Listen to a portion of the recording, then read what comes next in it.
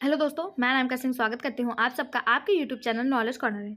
अगर आप TGT, PGT, PGT, Bihar TRE exam, GIC, D triple SB के लिए बैक्टीरिया टॉपिक कंसीडर कर रहे हैं तो ये वीडियो आपके लिए बहुत ज़्यादा हेल्पफुल होने वाला है।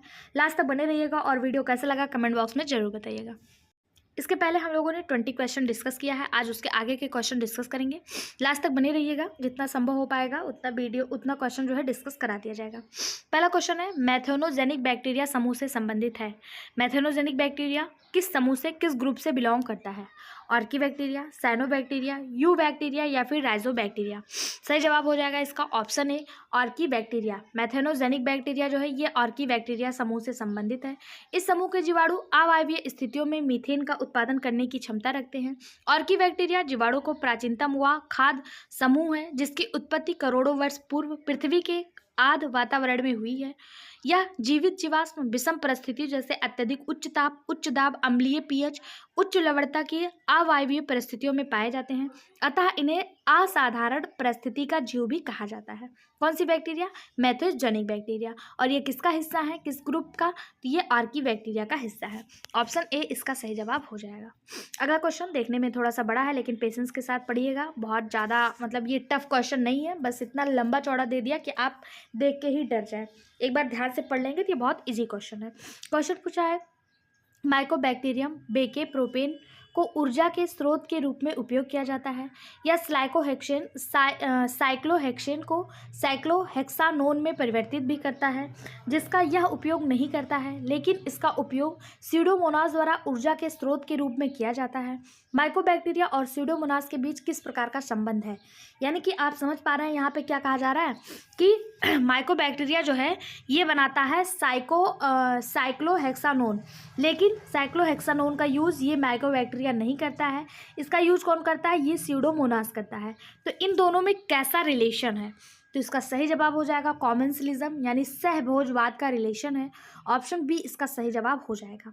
ये क्या है? सहभोजवाद क्या है? सहभोजवाद में मतलब ये होता है कि जिसमें दो जीव हो लेकिन दो जीव में से केवल एक जीव को लाभ प्राप्त हो रहा हो, केवल एक जीव लाभान्वित हो रहा हो, दूसरा जीव जो है उसको ना कोई नुकसान हो रहा ना कोई फायदा हो रहा हो, ऐसे रिलेशनशिप को कॉमेंसलिज्म कहा जाता है। और इसी का उदाहरण ये है। ऑप्शन बी इसका सही जवाब हो जाएगा। अगला क्वेश्चन, जीवाणु जिनके दोनों सिरों पर एक गुच्छ में कसाविकाएं पाई जाती है उनको क्या कहा जाता है? अब देखिए इसके बारे में मैंने आपको बहुत अच्छे से बताया है। पूछा जा रहा है जिनके दोनों सिरों पर फ्लैजला प्रेजेंट हो उसे क्या कहेंगे? तो हम लोगों ने देखा था उसको क्या कहते हैं? एम्फीट्राइकस कहते हैं। ऑप्शन सी इसका सही जवाब हो जाएगा। क्या कहेंगे? एम्फीट्राइकस कहेंगे। ठीक है। और ये फ्लैजला होते क्या है? तो ये फ्लैजला इनको चलने में सहायता करते हैं। अगला क्वेश्चन, एक छोर पर कोशिकाओं के एक गुच्छे वाला जीवाणु क्या कहलाता है? यानी केवल एक छोर पे ही कोशिका प्रेजेंट हो और गुच्छा प्रेजेंट हो। एक बैक्टीरिया है, इसके एक छोर पे टफ्ट ऑफ फ्लैजला प्रेजेंट हो तो क्या कहलाएगा? लोफोट्राइकस कहलाएगा। लेकिन अगर एक बैक्टीरिया है इसके एक छोर पे एक फ्लैजला प्रेजेंट है तो ये मोनोट्राइकस हो जाएगा। दोनों सिरे पर है तो ये एम्फीट्राइकस हो जाएगा। पूरी बॉडी पे है तो ये पेरीट्राइकस हो जाएगा। इसका जो सही जवाब होगा वो ऑप्शन बी हो जाएगा। अगला क्वेश्चन, जीवाणु में ऐसी स्थिति जहां एक ध्रुव पर मात्र एक कोशिका उपस्थित होती है क्या कहलाती है? एक ध्रुव पर मात्र एक कोशिका, वो मोनोट्राइकस हो जाएगा। अभी हम लोगों ने देखा था एक जीवाणु इसके एक ध्रुव पर एक कोशिका, क्या हो जाएगा? मोनोट्राइकस। एनवीएस टीजीटी और यूपी पीसीएस में पूछा गया क्वेश्चन है। अब देखिए यहाँ पे आपको सारे फ्लैजला के बारे में डायग्राम के माध्यम से समझाया गया है।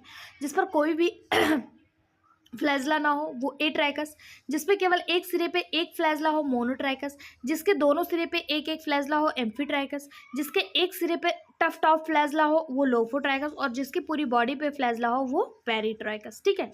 यहाँ से कोई भी क्वेश्चन पूछा जाएगा तो आपका क्लियर हो जाएगा। अगला क्वेश्चन, निम्नलिखित में से किसकी कोशिकाओं का अनुवांशिक पदार्थ किसी झिल्ली से घिरा नहीं होता है? फ्यूनेरिया, मार्केंसिया, यूलोथ्रिक्स या फिर स्यूडोमोनास? इसका जो सही जवाब हो जाएगा वो हो जाएगा स्यूडोमोनास। क्यों? क्योंकि स्यूडोमोनास एक ग्राम नेगेटिव बैक्टीरिया है और ये रॉड शेप का होता है। और बैक्टीरिया हम लोग जानते हैं कि ये प्रोकैरियोटिक के अंतर्गत आता है, और प्रोकैरियोटिक के जितने भी एनिमल होते हैं उनका जो न्यूक्लियस होता है वो किसी भी मेम्ब्रेन से बाउंड नहीं होता है। बात करें स्यूडोमोनास की तो इसकी खोज 1882 ईस्वी में गेजार्ड नामक वैज्ञानिक ने की थी। जीन्स स्यूडोमोनास में 140 से अधिक प्रजातियां हैं। जीनस स्यूडोमोनास में 140 से अधिक प्रजातियां हैं। इनमें से अधिकांश जो है वो सेप्रोफाइटिक होते हैं। ऐसे होते हैं, सेप्रोफाइटिक होते हैं। और स्यूडोमोनास की खोज किसने की? गिजार्ड नामक वैज्ञानिक ने किया था। कब किया था? 1882 में। अगला, निम्नलिखित में से कौन सा एक जीवाणु जनित रोग है? चेचक, रेबीज, तपेदिक या फिर खसरा? कौन सी वो बीमारी है जो बैक्टीरिया के द्वारा होता है? तो हम सभी को पता है जो चेचक है ये वायरस के द्वारा होता है। रेबीज ये भी वायरस के द्वारा होता है।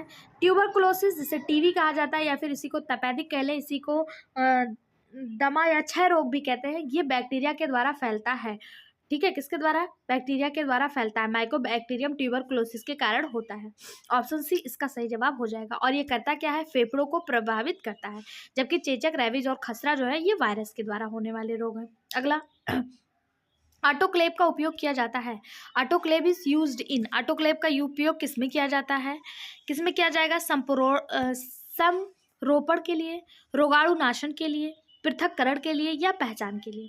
तो सही जवाब हो जाएगा इसका स्टेरलाइजेशन के लिए, यानी रोगाणु नाशन के लिए ऑटोक्लेव का उपयोग किया जाता है। रोगाणु नाशन के लिए एक ऑटोक्लेव का उपयोग किया जाता है। सूक्ष्म जीवों और बैक्टीरिया को मारने के लिए ऑटोक्लेव उच्च तापमान और दाब पर काम करता है, जिसका उपयोग कुछ जैविक कचरे और जीवाणु रहित करने और कल्चर मीडिया उपकरणों और प्रयोगशाला में बर्तनों को स्टरलाइज करने के लिए भी किया जाता है। किसका? ऑटोक्लेव का। ठीक, ऑप्शन बी इसका सही जवाब हो जाएगा। अगला क्वेश्चन, निम्नलिखित में से कौन सा रोग जीवाणुविक रोग जनक द्वारा उत्पन्न किया जाता है? कौन सा रोग है जो बैक्टीरियल पैथोजन के द्वारा उत्पन्न होता है? सेब की दग्ध अंगमारी यानी कि fire blight of apple, club root of crucifer, yellow vein mosaic of भिंडी या फिर लिटिल लीफ ऑफ ब्रिंजल? कौन सा बैक्टीरिया के द्वारा होता है? तो इसका सही जवाब हो जाएगा option A, fire blight of Apple. Option A इसका सही जवाब हो जाएगा। सेब और नाशपाती में जो दग्ध अंगमारी यानी दुग्ध अंगमारी एक समान और बहुत विनाशकारी रोग है। यह रोग इरविनिया अमाइलोवोरा नामक जीवाणु के कारण होता है। कौन सा जीवाणु? इरविनिया अमाइलोवोरा। ठीक है।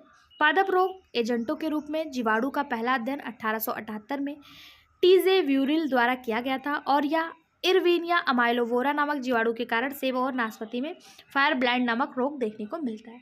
ऑप्शन ए इसका सही जवाब। अगला क्वेश्चन, NO2 का N2 में जीवाणु द्वारा बदलाव किया जाता है, यानी कि इनमें से कौन सी विधि द्वारा NO2 का N2 में परिवर्तन किया जाता है? ऑप्शन है अमोनिफिकेशन, नाइट्रिफिकेशन, नाइट्रोजन फिक्सेशन या डीनाइट्रिफिकेशन। तो इसका सही जवाब हो जाएगा ऑप्शन डी, डीनाइट्रिफिकेशन।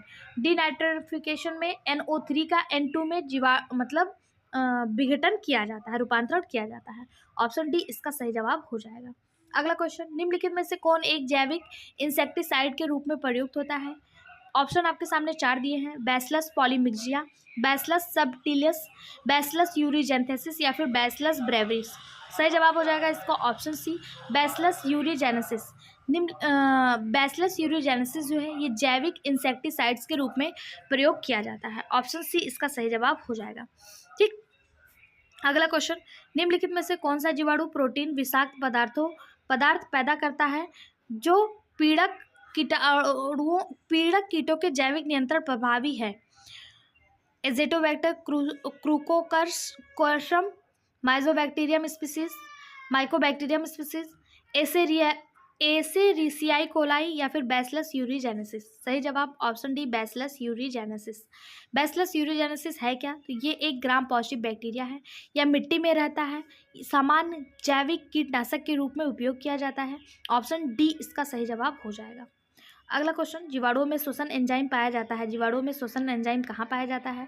साइटोसोल में, माइटोकॉन्ड्रिया में, राइबोसोम में या कोशिका झिल्ली पर? तो आपको बता दें जीवाणु एक कोशिकीय होते हैं, प्रोकैरियोटिक के अंतर्गत आते हैं। इसमें माइटोकॉन्ड्रिया नहीं पाया जाता है, राइबोसोम पाया जाता है 70 इस प्रकार का, लेकिन इनके जो रेस्पिरेटरी एंजाइम्स होते हैं वो इनके सेल मेम्ब्रेन पर प्रेजेंट होते हैं। कहाँ पे होते हैं? सेल मेम्ब्रेन पर प्रेजेंट होते हैं।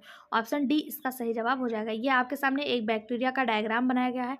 इसमें आपको कहीं भी माइटोकॉन्ड्रिया वगैरह देखने को नहीं मिलेगा, राइबोसोम मिलेगा लेकिन वो 70 इस प्रकार का मिलेगा। फ्लैजला प्रेजेंट होता है जो लोकोमोशन में सहायता करता है। साइटोप्लाज्म प्रेजेंट होता है जिससे जीवित रहने में सहायता होती है। ये इसका सेल मेम्ब्रेन हो गया, ये इसका सेल वॉल हो गया, और इस पे जो क्या बोलते हैं रिस्पायरेटरी ऑर्गन प्रेजेंट होता है वो इसके सेल मेम्ब्रेन पर प्रेजेंट होता है। अगला क्वेश्चन, निम्नलिखित नाइट्रोजन स्थित कारकों में कौन ऑक्सीजन रहित वातावरण में प्रकाश स्वपोषी है, यानी कि कौन सा जहाँ पे ऑक्सीजन नहीं मिलता है वहाँ पे भी ऑटोट्रॉपिक मोड में फोटोसिंथेसिस कर लेता है। नॉनस्टॉक, राइजोबियम, क्लास्ट्रीडियम या फिर रोडोस्पाइरलम। सही जवाब हो जाएगा इसका ऑप्शन डी, रोडोस्पाइरलम।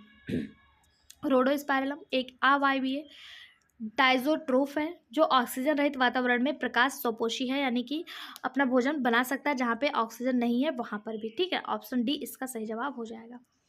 अगला क्वेश्चन है, जेनेटिक इंजीनियरिंग द्वारा बनाया हुआ सूक्ष्म जीव जो तेल फैलाव को साफ करने में प्रयुक्त होता है कौन सा है? स्यूडोमोनास प्यूटिका, एसेरियाई कोलाई, बैसिलस सेप्टिलस या फिर एग्रोबैक्टीरियम ट्यूमनीफेसियंस। कौन सा वो ई कोलाई है, जो कौन सा वो सूक्ष्म जीव है जो ऑयल स्प्लिटिंग को ख़त्म करता है? ऑयल स्प्लिटिंग क्या है? आप लोगों ने देखा होगा जब बड़े बड़े टैंकों में भर के जहाज़ों के माध्यम से समुद्र के रास्ते ऑयल आता है तो वो समुद्र पर फैल जाता है और वो क्या करता है, अंदर जो जीव जंतु हैं उन तक प्रकाश नहीं पहुंचने देता, ऑक्सीजन नहीं पहुंचने देता, जिससे उस समुद्र में रहने वाले जीव जंतुओं के लिए नुकसानदायक हो जाता है। तो उनके लिए क्या किया जाता है, वहाँ पे कुछ ऐसे बैक्टीरिया छोड़े जाते हैं जो उस ऑयल को खा लें। तो वो कौन सा बैक्टीरिया है जो जेनेटिकली तैयार किया गया है और ऑयल को खाने के लिए ही? तो वो स्यूडोमोनास प्यूटिका है। कौन सा? स्यूडोमोनास प्यूटिका है। ये एक ग्राम नेगेटिव बैक्टीरिया है और ये मृतोपजीवी मृदा जीवाणु होता है। ऑप्शन ए इसका सही जवाब हो जाएगा। ये जेनेटिकली रूप से तैयार किया गया है। अगला क्वेश्चन, निम्नलिखित में से कौन सल्फर बैक्टीरिया है? ऑप्शन है नाइट्रोजोमोनास, क्लास्ट्रीडियम, एजोटोबैक्टर या फिर बैगियाटोआ। सही जवाब हो जाएगा इसका ऑप्शन डी, बैगियाटोआ। बैगियाटोआ जो है ये सल्फर बैक्टीरिया है। ठीक है, ऑप्शन डी इसका सही जवाब हो जाएगा। ये बैक्टीरिया सल्फर युक्त स्थलीय और जलीय वातावरण में पाया जाता है। ये सल्फर यौगिक सल्फाइड के तत्व सल्फर के ऑक्सीकरण द्वारा ऊर्जा प्राप्त करते हैं। अगला, टिटनेस रोग उत्पन्न होता है। टिटनेस रोग किससे उत्पन्न होता है? तो हम सभी को पता है टिटनेस रोग जो उत्पन्न होता है इसके लिए जिम्मेदार जो होता है एक प्रकार की बैक्टीरिया होती है। बैक्टीरिया का क्या नाम है आपसे पूछा गया है। पहला दिया है माइक्रोबैक्टीरियम लेप्रे, तो इससे लेप्रोसी रोग होता है। दूसरा सल्मोना टाइफोसा, तो सल्मोना टाइफोसा से टीबी होता है। डिप्लोकोकस न्यूमोनिया, इससे न्यूमोनिया नामक रोग होता है। क्लास्ट्रीडियम टिटेनी यही टिटनेस के लिए जिम्मेदार होता है। ऑप्शन डी इसका सही जवाब हो जाएगा। टिटनेस जो है इसे धनुष टंकार रोग के नाम से भी जाना जाता है। ये क्लास्ट्रीडियम टिटेनी नामक जीवाणु से होता है। इसमें क्या होता है, पूरा शरीर की मांसपेशियां जो है वो संकुचित हो जाती हैं और व्यक्ति जो है वो सांस लेना बंद कर देता है, शरीर में अकड़न आ जाता है। और जब ये किससे होता है, तो जब कहीं भी किसी जंग लगे लोहे से आपको चोट लग जाए या फिर वहाँ पे ये क्लास्ट्रीडियम टिटेनी नामक जीवाणु प्रेजेंट हो तब आपको टिटनेस नामक बीमारी हो जाती है। अगला क्वेश्चन, अलसी यानी जूट के स्तंभ में अपलगन यानी कि रेटिंग में प्रयुक्त होने वाला पैक्टिन पाचक सूक्ष्मजीव कौन सा है? ऑप्शन है माइरोथीसियम, बैरूकेरिया, क्लास्ट्रीडियम फैसिनिलम, म्यूकर ह्यूमिलिस या फिर एस्परजिलस नाइगर। सही जवाब हो जाएगा इसका ऑप्शन बी, क्लास्ट्रीडियम फैल्सिनियम। क्लास्ट्रीडियम फैलेक्स और जूट स्टेम रेटिंग प्रक्रिया में उपयोग किया जाने वाला पैक्टिन पचाने वाले सूक्ष्म जीव में उपयोग किए जाने वाले ग्राम पॉजिटिव बैक्टीरिया क्लास्ट्रीडियम फैल्सिनियम नामक एक जीनस होता है। ऑप्शन बी इसका सही जवाब हो जाएगा। अगला क्वेश्चन, साइक्लोहेक्सिमाइड वियुक्त किया गया है। साइक्लोहेक्सिमाइड कहाँ से मतलब आइसोलेट किया गया है? ऑप्शन है स्ट्रेप्टोमाइसिस ग्रीसियस, जेंथोमोनास सिट्री, इरविनिया एमाइलोवोरा या फिर स्ट्रेप्टोमाइसिस स्कैवीज। सही जवाब हो जाएगा ऑप्शन ए, स्ट्रेप्टोमाइसिस ग्रेसिस। स्ट्रेप्टोमाइसिस ग्रेसिस से साइक्लोहेक्सामाइड जो है वो ऑब्टेन किया गया है। इसी को एक्टिडियोन के नाम से भी जाना जाता है। ऑप्शन ए इसका सही जवाब हो जाएगा। अगला, डीएनए में वृत्ताकार अणु पाए जाते हैं। Circular DNA molecules are found in टीएमबी में, बैक्टीरिया, क्लोरोप्लास्ट और माइटोकॉन्ड्रिया में, ईस्ट में या वॉलबॉक्स में। डीएनए जहाँ पे वृत्ताकार मॉलिक्यूल्स पाए जाते हैं, सर्कुलर डीएनए मॉलिक्यूल्स पाए जाते हैं, किस में पाए जाते हैं? सही जवाब हो जाएगा ऑप्शन बी, बैक्टीरिया, क्लोरोप्लास्ट और माइटोकॉन्ड्रिया में सर्कुलर डीएनए पाए जाते हैं। ठीक है, ऑप्शन बी इसका सही जवाब हो जाएगा। अगला क्वेश्चन, कीटरोधी ट्रांसजेनिक कपास का उत्पादन डीएनए के एक खंड के निवेशन में किया गया है जो लिया गया था। कहाँ से लिया गया था? एक इंसेक्ट से, एक जीवाणु से, कपास के एक वन संबंधी से या फिर एक वायरस से। सही जवाब हो जाएगा इसका ऑप्शन बी, एक जीवाणु से। कहाँ से लिया गया? एक बैक्टीरिया से। कीटरोधी ट्रांसजेनिक कपास का उत्पादन, जिसे बीटी कॉटन के नाम से भी जाना जाता है, ये कहाँ से लिया गया था? एक जीवाणु से, एक बैक्टीरिया से लिया गया था। बीटी कॉटन आनुवांशिक रूप से संशोधित किस्म है जो कीटनाशक का उत्पादन करती है। ठीक, बीटी का मतलब क्या है? बैसिलस यूरिगिनेसिस। ठीक है, ये इसका वो होता है, फुल फॉर्म होता है। अगला क्वेश्चन, उच्च जीवों में कुछ कोशिकांग में पाए जाने वाले राइबोसोम के प्रकार निम्न में से पाए जाते हैं? विरियॉन्स, बैक्टीरिया, वायराइड्स या फिर बैक्टीरियोफेज। सही जवाब हो जाएगा इसका ऑप्शन बी, बैक्टीरिया। क्या हो जाएगा? बैक्टीरिया। उच्च जीवों में कुछ कोशिकांग में पाए जाने वाले राइबोसोम्स के प्रकार जीवाणु में भी पाए जाते हैं। राइबोसोम्स गोलाकार आकृति में लगभग 260 एंगस्ट्रॉम व्यास के कलाविहीन, यानी कि इसमें कोई भी मेम्ब्रेन नहीं पाया जाता है। इसमें आरएनए तथा न्यूक्लियो प्रोटीन संभाग में पाए जाते हैं। राइबोसोम क्या करता है? तो ये प्रोटीन बनाने का कार्य करता है। ये दो प्रकार का होता है, 70S और 80S। 70S राइबोसोम जो है ये जीवाणु कोशिकाओं, हरित लवक यानी कि क्लोरोप्लास्ट और माइटोकॉन्ड्रिया में प्रेजेंट होता है, जो उनको क्या करता है? प्रोटीन बनाकर देता रहता है। ठीक है, इसे protein factory of the cell के नाम से भी जाना जाता है। इसका सही जवाब हो जाएगा ऑप्शन बी। अगला क्वेश्चन, निम्नलिखित में से कौन सा एक ग्राम पॉजिटिव बैक्टीरिया है? स्यूडोमोनास, एग्रोबैक्टीरियम, कैरिनी बैक्टीरियम या फिर जेंथोमोनास। सही जवाब हो जाएगा इसका option C, corynebacterium. Corynebacterium एक ग्राम पॉजिटिव बैक्टीरिया है। ग्राम अभिरंजक परीक्षण में जीवाणु समूह क्रिस्टल को वायलेट रंग में रंगा जाता है, जो हमने अभी आपको बताया था कि इसका जो क्रिस्टलाइजेशन होता है, तो जो ग्राम पॉजिटिव होता है वो किस रंग का रहता है? वायलेट रंग का रहता है। क्यों रहता है? क्योंकि इसके पास 14 पेप्टाइडोग्लाइकन प्रेजेंट एक्स्ट्रा रहते हैं ग्राम नेगेटिव से, और स्टेन प्रोडक्ट को ये अपने पास रख लेते हैं। ठीक है, जबकि अगर वहीं आपसे पूछा जाए ग्राम नेगेटिव जो है ये कैसा रहता है? ये कैसा होता है? गुलाबी रंग का होता है। कैसा होता है? गुलाबी रंग का होता है ग्राम नेगेटिव। ठीक है, अगला क्वेश्चन, किसी विषाणु के माध्यम से एक जीवाणु विभेद से किसी दूसरे विभेद में आनुवांशिक पदार्थ को हस्तांतरण क्या कहलाता है? ऑप्शन है ट्रांसलेशन, ट्रांसफॉर्मेशन, ट्रांसडक्शन या फिर ट्रांसलोकेशन। सही जवाब हो जाएगा इसका ऑप्शन सी, ट्रांसडक्शन। क्या हो जाएगा? Option C, transduction. जब किसी विषाणु के माध्यम से एक जीवाणु विभेद से किसी दूसरे विभेद में आनुवांशिक पदार्थ स्थानांतरित होता है, जिसे क्या कहेंगे? ट्रांसडक्शन कहा जाता है। वर्ष 1952 में जिंडर और लैडरबर्ग नामक वैज्ञानिकों द्वारा इसकी खोज की गई थी। किसकी? ट्रांसडक्शन की। अगला क्वेश्चन, प्लाज्मिड के संबंध में निम्नलिखित में से कौन सा कथन असत्य है? पहला दिया है, प्लाज्मिड जीवाणु कोशिकाओं में पाया जाने वाला अतिरिक्त गुणसूत्रीय पदार्थ होता है। बिल्कुल सही बात है। ये एक्स्ट्रा क्रोमोजोमल मटेरियल होता है प्लाज्मिड। बिल्कुल सही बात है। दूसरा दिया है कि प्लाज्मिड आश्रयी कोशिकाओं को मारे बिना संक्रमण द्वारा एक कोशिका से दूसरी कोशिका में पहुंच जाता है। ये भी बिल्कुल सही बात है। तीसरा है, प्लाज्मिड आश्रयी कोशिकाओं के गुणसूत्रों से संबंध स्थापित करता है। ये भी बिल्कुल सही बात है। चौथा है, प्लाज्मिड आनुवांशिक तत्वों के अविभाज्य किंतु निष्क्रिय अंग है। यही गलत हो जाएगा। प्लाज्मिड जो है यहाँ पे पूछा कौन सा सही नहीं है, तो ऑप्शन डी यहाँ पे सही नहीं है। प्लाज्मिड जीवाणु में पाए जाने वाले अतिरिक्त गुणसूत्रीय पदार्थ होते हैं। बिल्कुल सही बात। या आश्रयी कोशिकाओं को मारे बिना ही संक्रमण फैलाते हैं और एक कोशिका से दूसरी कोशिका में पहुंच जाते हैं। ये भी बिल्कुल सही बात थी। तीसरा था, या आश्रयी कोशिकाओं के गुणसूत्र से संबंध स्थापित करते हैं। सही बात है। या आनुवांशिक तत्वों में अविभाज्य किंतु सक्रिय होते हैं, और यहाँ पे क्या दिया है? निष्क्रिय होते हैं। इसीलिए ये गलत हो जाएगा। ये कैसे होते हैं? सक्रिय होते हैं। ठीक है, अगला, ई कोलाई के एक HFR स्ट्रेन को अपने पूरे जीनोम को F स्ट्रेन में स्थानांतरित करने में कितना समय लगता है? तो सही जवाब हो जाएगा ऑप्शन डी, 90 मिनट। कितना समय लगेगा? 90 मिनट लगता है। अगला, साइनोबैक्टीरियम में लाक्षणिक रंग है। साइनोबैक्टीरियम का लाक्षणिक रंग कैसा है? एंथोसाइनिन, फ्यूकोजैंथिन, फाइकोसाइनिन या फिर फाइकोइरिथ्रिन। सही जवाब हो जाएगा ऑप्शन सी, फाइकोसाइनिन। साइनोबैक्टीरिया को साइनोफाइटा के नाम से भी जाना जाता है। यह बैक्टीरिया का एक समूह है जो प्रकाश संश्लेषण के माध्यम से ऊर्जा प्राप्त करता है और ऑक्सीजन का उत्पादन करने में सक्षम है। इसका रंग कैसा होता है? तो इसका रंग जो है वो साइनोफाइसिन के कारण होता है। अगला क्वेश्चन, निम्नलिखित कथनों पर विचार कीजिए। पहला है, एग्रोबैक्टीरियम ट्यूमनीफेसियंस एक मृदा जीवाणु है। दूसरा दिया हुआ है, टीआई और आरआई प्लाज्मिड जिनका उपयोग उच्च पादपों के क्लोनिंग वेक्टर के रूप में होता है वे इकोबैक्टीरियम ट्यूनिफेरस से प्राप्त होते हैं। बिल्कुल सही बात है, ए और बी दोनों ही सही है। ऑप्शन सी इसका सही जवाब हो जाएगा। इंटीग्रेट बायोलॉजी 2012 में आया हुआ क्वेश्चन था। अगला क्वेश्चन, टीआई प्लाज्मिड उपस्थित होते हैं एग्रोबैक्टीरियम में, सीवीडियम में, डेंड्रोवियम में या फिर सीजीजियम में। सही जवाब हो जाएगा इसका ऑप्शन है एग्रोबैक्टीरियम में। टीआई प्लाज्मिड जो है ये किस में होते हैं? एग्रोबैक्टीरियम में उपस्थित होते हैं। ऑप्शन ए इसका सही जवाब हो जाएगा। नेक्स्ट क्वेश्चन, ये भी एल्टीग्रेड में आया हुआ है।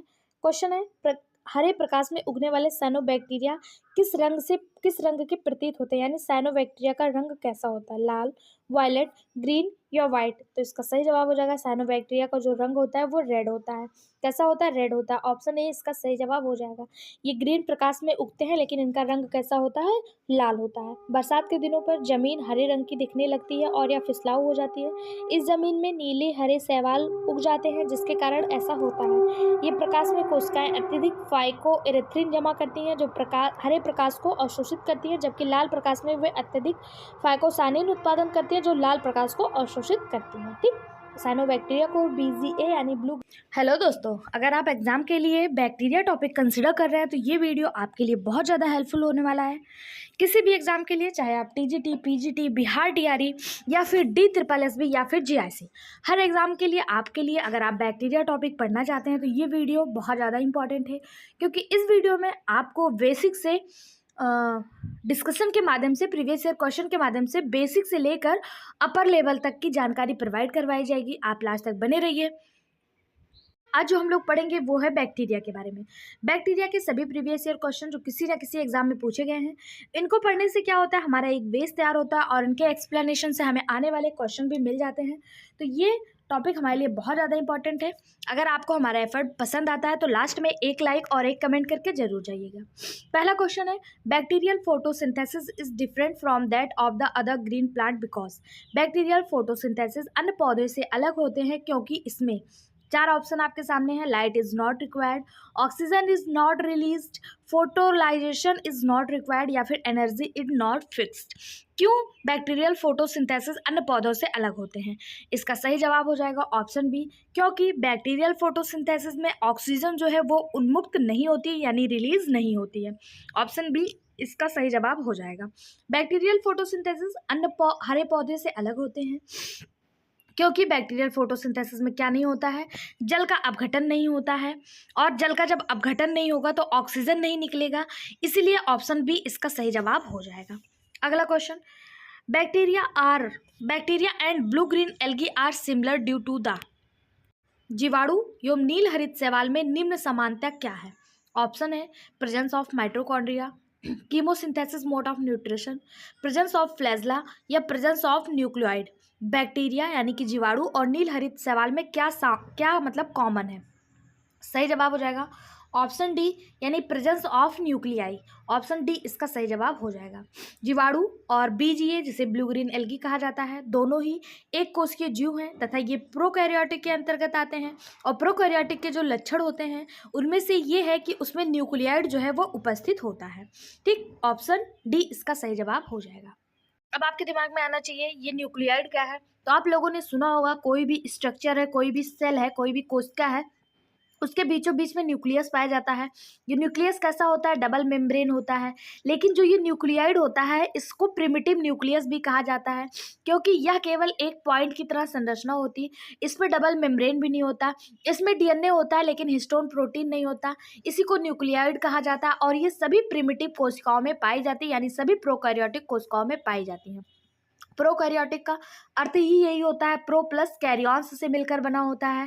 प्रो प्लस कैरियॉन्स, प्रो मतलब प्रिमिटिव, कैरियॉन्स मतलब न्यूक्लियस, जिसमें अनडेवलप्ड प्रिमिटिव टाइप के न्यूक्लियस पाए जाते हो। तो ब्लू ग्रीन एल्गी और बैक्टीरिया दोनों ही प्रोकैरियोटिक के अंतर्गत आते हैं। ऑप्शन डी इसका सही जवाब हो जाएगा।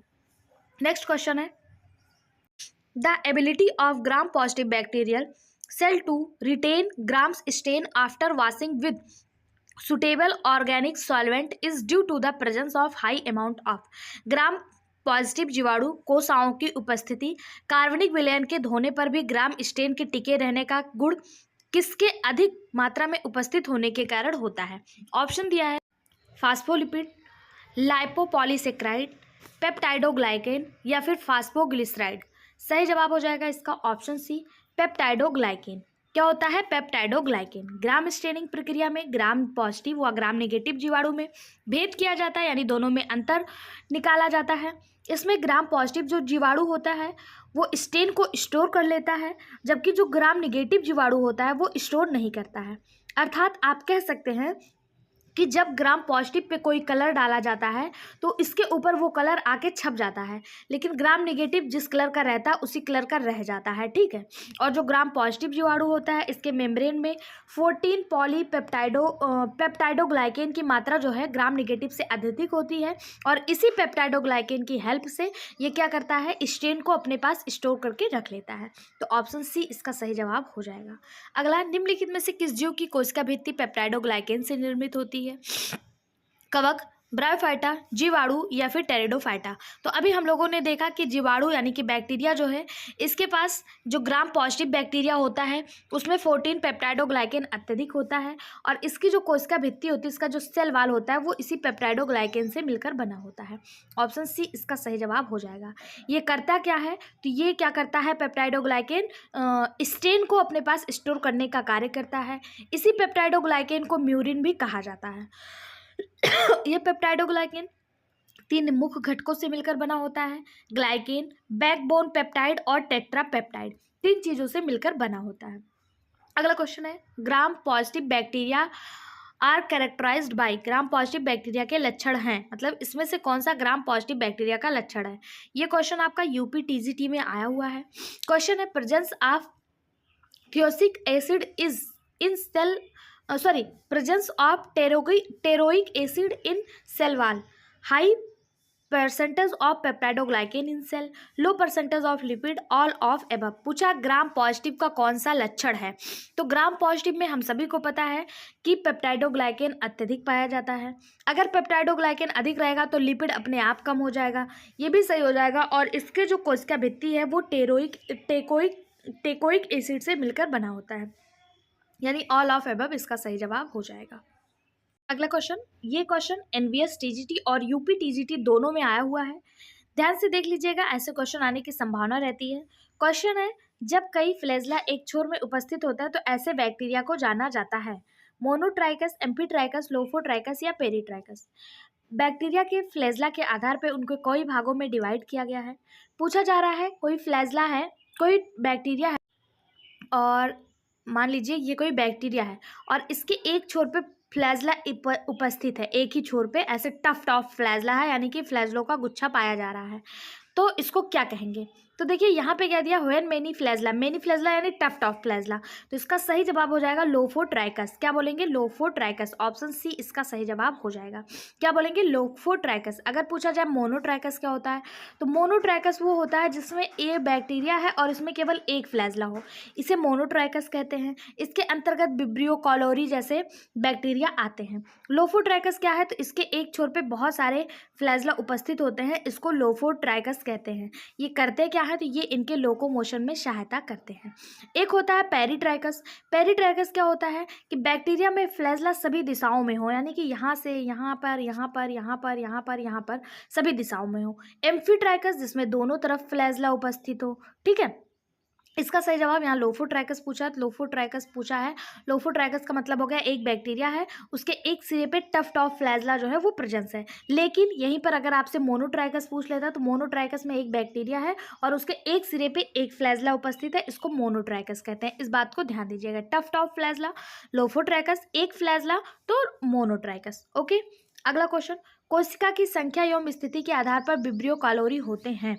विब्रियो कैलोरी कैसे होते हैं अभी मैंने आपको डिस्कशन में बताया था, इसीलिए डिस्कशन आपके लिए उतना ही इंपॉर्टेंट है जितना ये क्वेश्चन है। क्योंकि अभी जब मैं आपको लोफोट्राइकस और एम्फीट्राइकस बता रही थी तब मैंने आपको विब्रियो कैलोरी बताया था कि ये किसके अंतर्गत आता है।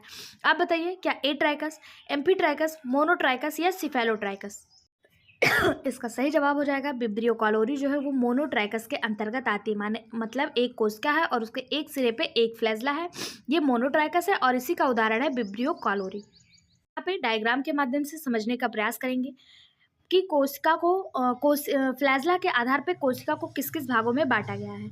पहला है एट्राइकस। एट्राइकस यानी कि एक बैक्टीरिया है, लेकिन इस पे कोई भी फ्लैजला नहीं पाया गया, यानी कोई भी लोकोमोटरी ऑर्गन नहीं पाया जा रहा है, इसको एट्राइकस कहेंगे।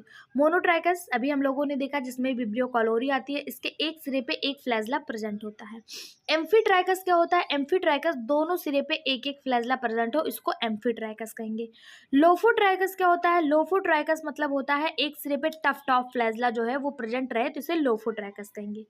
पेरीट्राइकस, पेरी मतलब चारों ओर, यानी बॉडी के चारों ओर बहुत सारे फ्लैजला प्रेजेंट हो, इनको पेरीट्राइकस कहेंगे।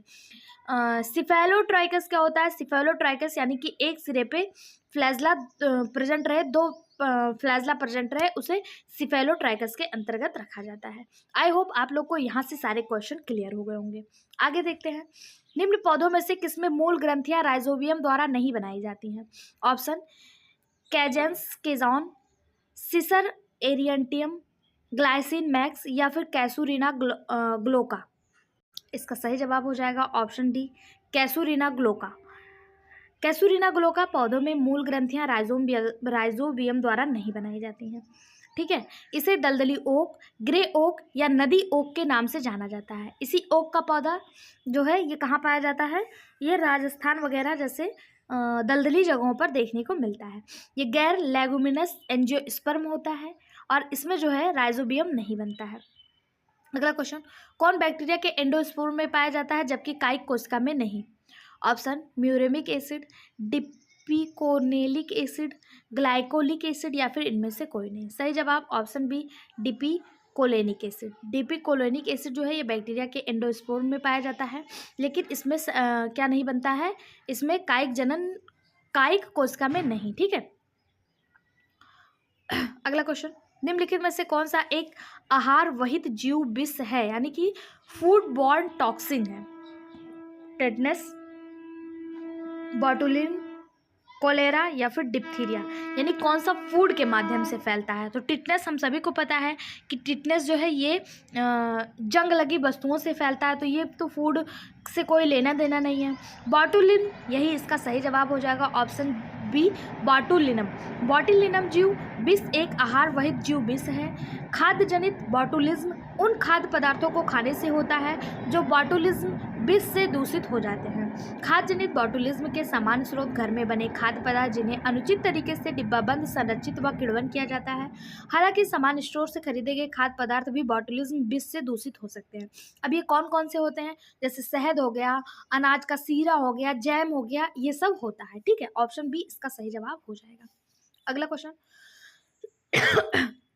वह प्रक्रिया जहां बैक्टीरिया में जीन दाता से ग्राही की ओर सेक्स फैक्टर के रूप में स्थानांतरित किया जाता है क्या कहलाता है? कॉन्जुगेशन, सेक्सडक्शन, ट्रांसफॉर्मेशन या फिर ट्रांसडक्शन। सही जवाब हो जाएगा ऑप्शन ए, कॉन्जुगेशन। कॉन्जुगेशन की प्रक्रिया में क्या होता है कि यहाँ पे देखिए दो बैक्टीरिया हैं और ये दोनों आपस में एक दूसरे से सट कर अपना जीन जो है एक जगह से दूसरी जगह ट्रांसफ़र करते हैं, इसी को कॉन्जुगेशन कहा जाता है। अपने जो सेक्स फैक्टर हैं उनको एक बॉडी से दूसरे बॉडी में ट्रांसफ़र करते हैं। ठीक है, इसी प्रक्रिया को क्या कहा जाता है? कॉन्जुगेशन कहा जाता है। ये देखिए एक पेल्स के माध्यम से एक दूसरे से जुड़ जाते हैं और अपना जो प्लाज्मिड वगैरह है वो ट्रांसफ़र करते रहते हैं। ठीक है, तो इसका सही जवाब ऑप्शन ए हो जाएगा। नेक्स्ट क्वेश्चन, एंटीबायोटिक शब्द प्रतिपादित किया गया। एंटीबायोटिक शब्द किसने दिया? Alexander Fleming, Edward Jenner, Louis Pasteur या सेलमैन वैक्समैन। सही जवाब हो जाएगा option D, Selman Waksman. Antibiotic शब्द जो सबसे पहले दिए थे वो कौन दिए थे? सेलमैन वैक्समैन ने। अलेक्जेंडर फ्लेमिंग, इन्हें फादर ऑफ अनुवांशिकी यानी जेनेटिक के पिता कहा जाता है, फादर ऑफ जेनेटिक्स कहा जाता है। एडवर्ड जेनर और लुई पास्चर की अगर बात करें तो हम सभी इनके बारे में जानते हैं। एडवर्ड जेनर ने चेचक के टीके का आविष्कार किया, जबकि लुई पास्चर जो हैं इन्होंने ग्रेगर जॉन मेंडल को अनुवांशिकी का पिता कहा जाता है। मुझसे गलती हो गई, मैं अपनी गलती के लिए क्षमा प्रार्थी हूँ। अलेक्जेंडर फ्लेमिंग ये पेंसिलिन की खोज के लिए जाने जाते हैं। पेंसिलिन जो पहला एंटीबायोटिक था उसकी खोज अलेक्जेंडर फ्लेमिंग ने की थी, जबकि ग्रेगर जॉन मेंडल को फादर ऑफ जेनेटिक्स कहा जाता है। ठीक है, और एडवर्ड जेनर ने चेचक के टीके का आविष्कार किया और इन्हें इम्यूनोलॉजी का पिता कहा जाता है। जबकि एंटीबायोटिक शब्द सबसे पहले 1942 में सेलमैन वैक्समैन के द्वारा दिया गया था। ठीक, अगला क्वेश्चन, प्रोटियोग्लाइकन्स प्रमुख कोशिका की भित्ति अवयव हैं। प्रोटियोग्लाइकन्स मेजर सेल वाल कंपोनेंट किसकी हैं? प्रोटियोग्लाइकन्स किसकी कोशिका भित्ति में पाए जाते हैं? ग्राम पॉजिटिव, ग्राम निगेटिव, रिकेट्सिया या फिर क्रिमियो के। तो अभी हम लोगों ने देखा था किस में पाए जाते हैं? ग्राम पॉजिटिव में। ऑप्शन ए इसका सही जवाब। बिहार पीजीटी में आया हुआ क्वेश्चन है, ठीक है। और इसके बारे में हम लोगों ने पढ़ा था, प्रोटियोग्लाइकन्स जो हैं ये 14 प्रोटियोग्लाइकन्स अधिक होते हैं ग्राम निगेटिव की तुलना में ग्राम पॉजिटिव में, और ये क्या करते हैं? स्टेन को अपने पास स्टोर करने का कार्य करते हैं। अगला क्वेश्चन, पौधों में एक्रोबैक्टीरियम राइजोजीन्स के कारण होते हैं। किसके कारण होते हैं? Root rot, root proliferation, tumour formation या फिर नोड्यूल्स फॉर्मेशन। सही जवाब हो जाएगा ऑप्शन बी, रूट प्रोलीफेरेशन यानी मूल बहुप्रजता के कारण। ऑप्शन बी इसका सही जवाब हो जाएगा। ये क्वेश्चन आपका यूपी पीजीटी में आया हुआ है। अगला question, stain use from Gram staining is. Gram अभिरंजक के लिए प्रयोग किया जाने वाला अभिरंजक यानी स्टेन कौन सा है? Aniline blue, cotton blue, crystal violet या ट्राइपल ब्लू। सही जवाब हो जाएगा इसका ऑप्शन सी, क्रिस्टल वायलेट। जो ग्राम positive bacteria, gram negative bacteria को स्टेन करने के लिए स्टेन यूज किया जाता है, वो कैसे कलर का होता है? क्रिस्टल वायलेट के कलर का होता है। ये क्वेश्चन आपका एनवीएस टीजीटी और यूपी पीजीटी दोनों में पूछा गया है, ठीक है। अगला क्वेश्चन है, आपको सूची 1 को सूची 2 से मिलाना है। पहला है नाइट्रोजन फिक्सेशन, फिर है नाइट्रिफिकेशन, फिर है डी नाइट्रिफिकेशन। नाइट्रोजन फिक्सेशन कौन कराता है? तो नाइट्रोजन फिक्सेशन जो है वो कौन कराता है? एजिटोबैक्टर और क्लोस्ट्रीडियम के द्वारा होता है, यानी 1 का 3 हो जाएगा। नाइट्रिफिकेशन ये नाइट्रोमोनास और नाइट्रोबैक्टर के द्वारा होता है। नाइट्रीकरण या फिर डी नाइट्रिफिकेशन जो है ये थियोबैसिलस और स्यूडोमोनास के द्वारा संपन्न होता है, यानी 1 का 3, 1 का 3 1 में दिया है, डी में दिया है, बाकी 2 अपने आप कैंसिल हो गए। 2 का 1 केवल ऑप्शन डी में दिया है, तो ऑप्शन डी इसका सही जवाब हो जाएगा। नाइट्रोजन निर्धारण एजिटोबैक्टर और क्लोस्ट्रीडियम के द्वारा, नाइट्रीकरण नाइट्रोमोनास और नाइट्रोबैक्टर के द्वारा, और अनाइट्रीकरण यानी डी नाइट्रिफिकेशन थियोबैसिलस और स्यूडोमोनास के द्वारा संपन्न होता है। अगला question, food poisonous is caused by. खाद्य विषाक्तता किसके कारण होता है? Bacillus megaterium, Clostridium botulinum, Escherichia coli या फिर सल्मोना टाइफी। ये क्वेश्चन यूपी पीसीएस में कितनी बार आया है आप देख लीजिए। 96, 2002, 2005, 2008, 2010 ऐसे क्वेश्चन एग्जाम में बहुत ज़्यादा देखने को मिलते हैं। अभी हम लोगों ने देखा था फूड पॉइजन का जो काम करता है वो बोटुलिनम होता है। बोटुलिनम ये किस किस चीज़, मतलब जो स्टोरेज फूड होते हैं जैसे जैम हो गया, जेली हो गया, मुरब्बा हो गया, इन सब चीज़ जो स्टोर करके रखे जाते हैं उन्हीं में ये जो है फूड पॉइजनिंग का कार्य करते हैं। तो ऑप्शन डी इसका सही, ऑप्शन बी इसका सही जवाब हो जाएगा। अगला क्वेश्चन है, बॉटुलिज्म है। बॉटुलिज्म क्या है? तो अभी हम लोगों ने देखा ये खाद्य विषाक्तता है, तो इसमें से कौन सा जवाब सही हो जाएगा? पहला है पशुओं में होने वाली बीमारी जो परभक्षी जीवाणु के कारण होता है, ये तो गलत। दूसरा, पादपों में उत्पन्न एक रोग जो परजीवी पर होता है, ये भी गलत। या एक प्रकार का फूड पॉइजन है जो स्पोरोफिटिक होता है, यही बिल्कुल सही जवाब हो जाएगा। सॉरी। अगला क्वेश्चन जो आपका पीजीटी में आया हुआ क्वेश्चन है, पूछा है the bacteria was causes botulism is. Botulism का कारण बनने वाला बैक्टीरिया कौन सा है? स्ट्रेप्टोकोकस, स्यूडोमोनास, बैसिलस या फिर क्लास्ट्रीडियम। सही जवाब हो जाएगा ऑप्शन डी, क्लास्ट्रीडियम। क्लास्ट्रीडियम जो है ये बॉटुलिज्म कॉज करता है, ठीक है। क्लास्ट्रीडियम बोटुलिनम नामक मृतोपजीवी जीवी जीवाणु एक प्रकार की भोजन विषाक्तता उत्पन्न करती है जिसे बॉटुलिज्म कहते हैं। हालांकि इसे समान भोजन विषाक्तता स्टेफाइलोकोकस ऑरियस द्वारा उत्पन्न होती है। सल्मोनेला टाइफ्यूरियम द्वारा मांस की विषाक्तता उत्पन्न होती है। खाने पीने की वस्तुओं को सड़ने से बचाने के लिए उन्हें सुखाकर या फिर नमक या फिर शक्कर तेल मिलाकर रखा जाता है। इस प्रकार की सब युक्तियों का उद्देश्य यही होता है कि उन्हें क्या करें, सूक्ष्म जीवों से उनकी रक्षा कर सके। अगर उसमें जीवाणु लग जाते हैं, बैक्टीरिया लगती है, तो कौन सी होती है?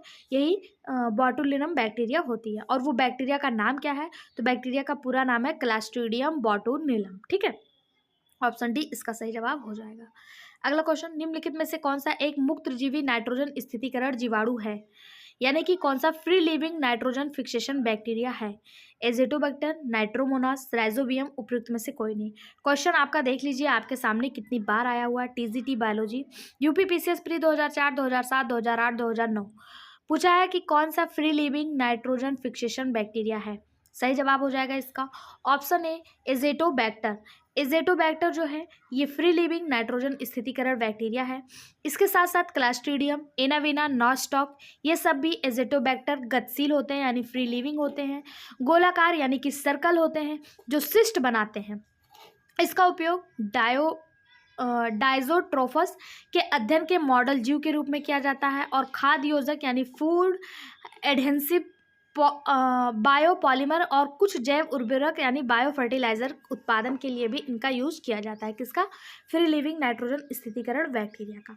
ऑप्शन ए इसका सही जवाब हो जाएगा। होली के ओकेजन में मैं थोड़ा घर से बाहर हूँ, इसलिए आपको वीडियो यहीं तक मिल पाएगा। अगला वीडियो आपको नेक्स्ट क्लास में। हेलो दोस्तों, मैं अनामिका सिंह स्वागत करती हूँ आप सबका आपके यूट्यूब चैनल नॉलेज कॉर्नर में। आई होप आप लोग की होली बहुत अच्छी बीती होगी। आप लोग को होली कैसी रही कमेंट बॉक्स में ज़रूर बताएं। आज हम लोग अपना बैक्टीरिया का जो टॉपिक है उसको ख़त्म करेंगे। इसमें टोटल 50 क्वेश्चन अभी तक हो चुके हैं। आगे के क्वेश्चन अभी डिस्कस करेंगे। अगर आप किसी भी एग्ज़ाम के लिए बैक्टीरिया टॉपिक कंसीडर कर रहे हैं, चाहे वो TGT, PGT, Bihar TGT, PGT, UP TGT, PGT, DSSB या फिर GIC एग्ज़ाम हो, और जहाँ से बैक्टीरिया के क्वेश्चन पूछे जाते हैं, उन सब के लिए ये वीडियो बहुत ज़्यादा हेल्पफुल रहने वाला है। तो आप लोग लास्ट तक बने रहिए, और अगर आपको पसंद आता है तो वीडियो को लाइक, चैनल को सब्सक्राइब और इसको कमेंट बॉक्स में अपनी राय जरूर दीजिएगा। पहला क्वेश्चन है, gene transfer in bacteria by transformation has the following characteristics. कायांतरण के द्वारा जीवाणु में जीन हस्तांतरण का यह लक्षण है। कौन सा लक्षण है?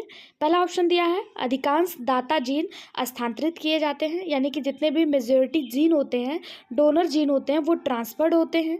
दूसरा दिया है, इट इन्वॉल्व आ प्लाज्मिड, उसमें प्लाज्मिड की ज़रूरत होती है।